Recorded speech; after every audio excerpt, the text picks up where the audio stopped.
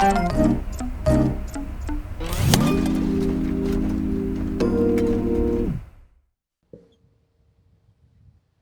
everybody, thanks for tuning into the Loadout. Sean, Johnny? just a little before we get started, let's remember some of the notes we've got from people reaching out to us, like help with the TV monitor. I heard that's looking good on screen now. Yeah, a lot of positive. Get some ups. Just that one guy always. Well, Gary Hood's still telling us to sit up in our chairs Yeah. too, to try to be a little more Okay, rigid. we'll give that a shot. Chins up.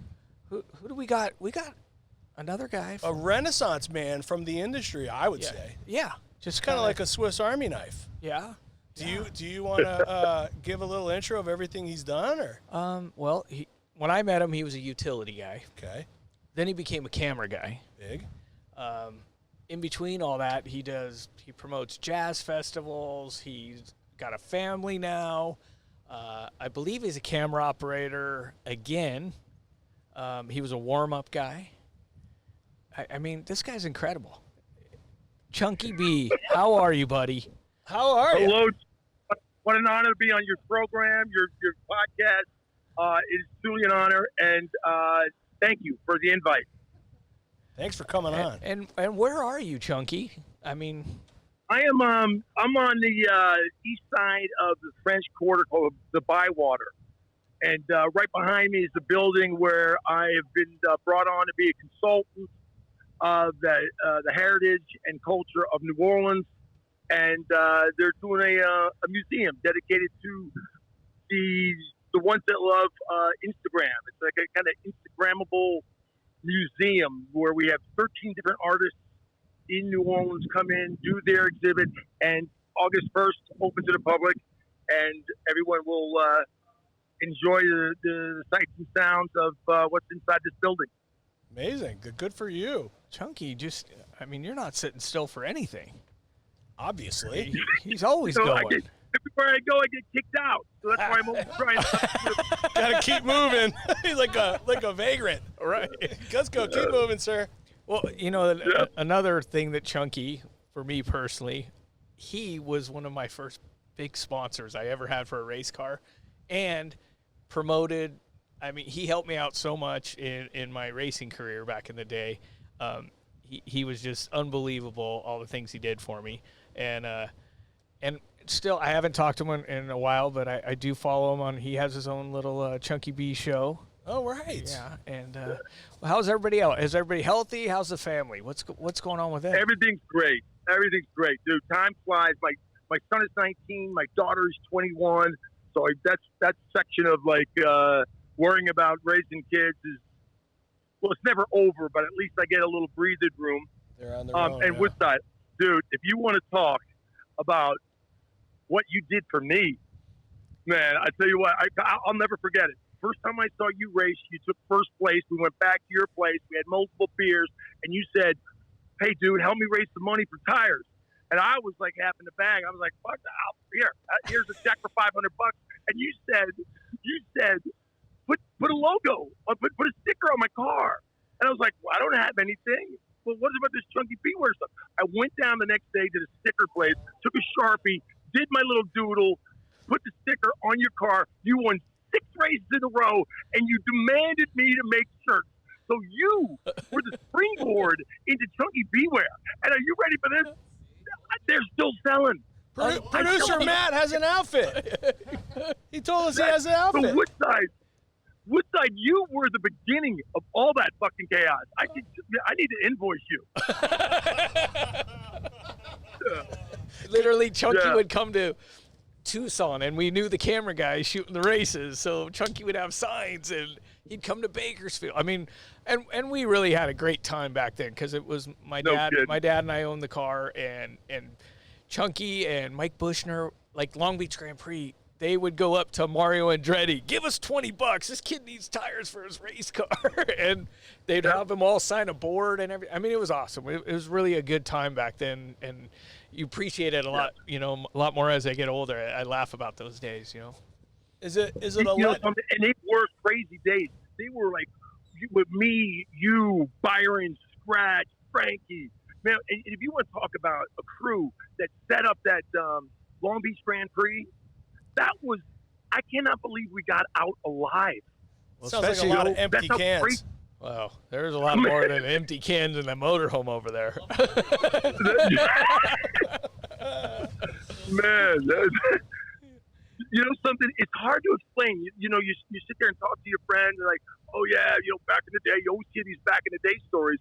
But Long Beach Grand Prix, if you got out alive, you knew you could handle the business, because I had scratch just constantly up my caboose, and you know, whatever didn't kill you made you stronger. And those are days that I will never ever forget. They were the hardest working days. You know, I'm not going to candy coat it. It wasn't easy, but you would stay up all night doing stupid shit. Are you allowed to swear on this? You do whatever you want, Chunky. Fucking A. All right, good. then we would stay up all night fucking just bullshitting, and then like, oh, fuck, the sun's up. Let's go to work. And if you can grab a shower, that was a bonus. You know, it was like. And Chuck Those were Riley hard back in the work day would keep everybody kind of reined in to a certain point, but yeah, Chuck was in charge of all the chaos back then. Shit. Yeah, it was crazy. Oh yeah. And they all stayed in a motorhome, because if you let them go have hotel rooms, they probably wouldn't make it back the next day. At least you could go bang on the door of the motorhome and get them to come out to work. Wow. Good times. And then, yeah, after that just was, you know, kept me in as a utility for years. And then got the break to become a cameraman.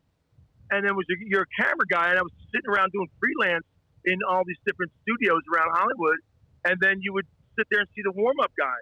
And I was sitting there going, I'm funnier than that motherfucker. I know I'm funnier than him. And then one day the warm-up guy showed up late. And they gave me the microphone and changed my career for 15 years. Wow. And then, I got burnt out on it. It wasn't giving me any value. I mean, I had to be totally loaded before I even went to work. If I wasn't fucking, you know, at least 6 beers in, I didn't want to work. Yeah. And it's tough when you were working for Dr. Phil. Right. You got to be there at 9 in the morning, but you still had to be 6-pack of beer before you go in to see Dr. Phil. Maybe this is the reason why I'm not doing warm-up anymore. Oh, man, yeah. That's great. But, So then I went to I got burned out doing warm-up, and I went back to what I do love. I love shooting camera, and I'm over at the NFL Network. Been there for the last 5 years. And that is, you know, I'm on furlough now because, you know, you can't work from home if you're a cameraman. And I'm just waiting and seeing what's happening. I'm afraid there's going to be a large, you know, downsizing. They're gonna skate by with just a skeleton crew, and I don't know if I'm going to make the cut. So I'm on hold for that. So that's good news. wow. And what else you got going? We don't want any negative stuff anymore. What you got? Jazz Fest? Is any of that coming back? What's going on down there? Oh God, yeah. You know, we are a group of people down in New Orleans that are dedicated to a cat by the name of Professor Longhair, and he's no longer with us. He died back in like '86.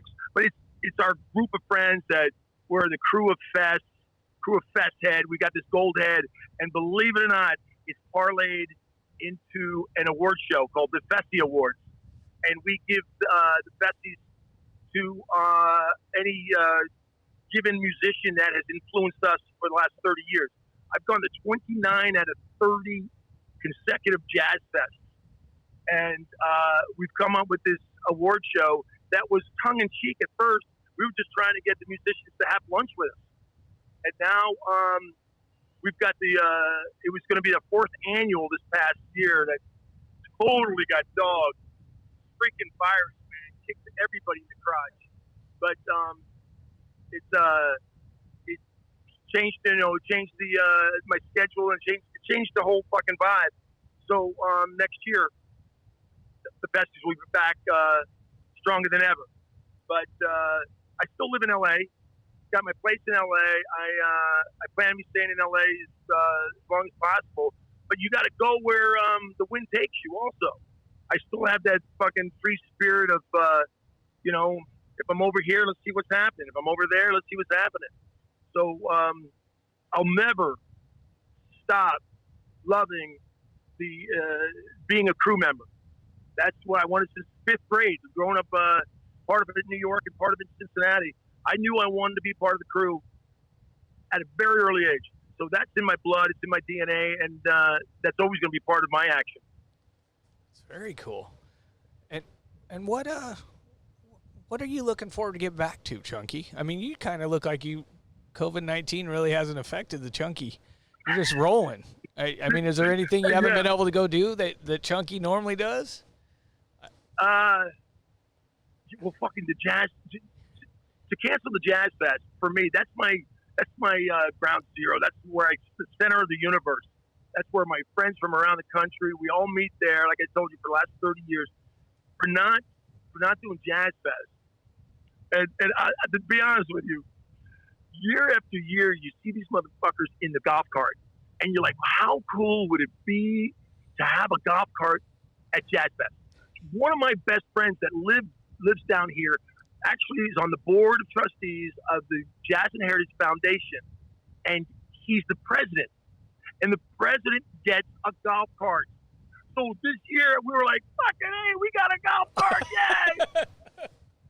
And it went away. Oh, no golf course, cart. the time you get We have a shot next year. Next year we still have a shot for the golf cart. the president will retire. He only has a 2-year term. There he you has go. a 2-year term, so Well, you better if it's not enjoy next it. year, we're fucked. Well, let's get you in that presidential Yeah. role, huh? Yeah. I don't know about that. I would have to move down here. And I'm not opposed to that either. I'm not opposed to that. If the NFL doesn't go back full time, I will consider co-dwelling. Believe it or not, I do have an apartment here. Got an apartment, so that's always available. Oh, look at Johnny. We got a place to stay now. To a remote. Oh, I got a place to perfect. stay. Yeah, All yeah. right. And he's got a golf cart. but almost one day, Almost. one day. Oh, okay. But I'm never gonna leave LA. I'm not done with that town. I've got a nice place up on the hill of Playa del Rey, and I'm a couple hundred yards away from the beach. It's it's not. I'm not ready to leave. The perks of LA, and everyone's now they're like, oh God, the virus thing, the thing. In the beginning of the virus, I dug it. I loved fucking hanging out in my apartment. I didn't have to fucking go out, and this is me just hunkering down. It was, I was getting shit done. I was getting Chunky Beware done. I was, I moved my shop into my new garage, and I'm still, believe it or not, Woodside, I am still getting orders. People are still going into chunkybeware.com. Well, it's the and coolest thing buying my ever. Why shit. wouldn't you? We need to get a little man. logo up. Yeah, we need to get a Chunky B logo. Yeah. Do a little cross Well, go promotion. to chunkybeware.com. Now, here's something that I've done, a change, and I hope you guys don't mind me blowing my own horn here. Plug it. No, So no, we'll send you an what- invoice. Go ahead. Yeah, it's a scientific fact. If you wear Chunky Beware, it makes you cooler. It increases your cool factor, and in some cases up to 17%. I'm not saying you two need to enhance your coolness, but it wouldn't hurt. Well- But what I do now, people are like, Chunky, why does your shirt make you cooler? I have taken rose quartz, a crystal, and I crush it down to a fine powder. I put it into a little salt shaker. And before the shirt is finished, when the ink is still wet, I sprinkle just a little bit of rose quartz. And you know what that is? Woodside? This is going to make you horny. This rose quartz is the crystal of love. It Okay. is the crystal of love. So I've got a little bit of love in every T-shirt. And that's what makes you cooler. Wow, that's impressive. Yes, I'm with that. You know something? If it wasn't for a virus, there'd be a mandatory group hug right now. Oh man. But, Well, Chunky, we appreciate you stopping by the loadout, and we appreciate you for being Chunky B, and I'm glad we could talk to you. I'm going to say this right now. I want to come back. I want to come back and visit. I want to be a semi-regular, and so you guys could just drop in. I'll tell you a couple crew stories And trust me, I've got a book full of stories that some could be told and some can't. Right, yeah, But, we know. You guys promised to have me back. Absolutely. Have me back? Yeah. Yep. Right on. All right, Chunky. Well, Thanks thank for you. having me, fellas. Stay safe, buddy. And Right, you too. Thanks, guys. all right, see you, Chunk. Thanks, Thanks. bro. That's the guy who I want to go off on the road with. Hey, when I was younger and we raced every weekend all over the place, Chunky kind of traveled with us. I mean, it didn't matter where we went. He showed up, and we always had a great time. And glad to see he's still that guy. He's still a happy that's guy. hard to do in He life. loves life, and everybody's healthy. I so think it's that's a the bonus. key, don't you? Yeah, absolutely. Especially in times like He now. makes me feel better. He's right. Yeah. You know what I mean? He's totally right. Yep. So, all right, cool. Hey, maybe when our kids are 21 and 28, we could go off and do some. Yeah, we could go to New Orleans and stay in Chunky's place. We got a golf cart. I'd more like to go down to Playa del Rey myself. Well, hell yeah, he's out of town. Perfect. All right, cool, man. Well, thanks to him. Thanks to everybody else, guys. Appreciate it. Thanks, Zach. Thanks. Little Matt, are you over there? Okay.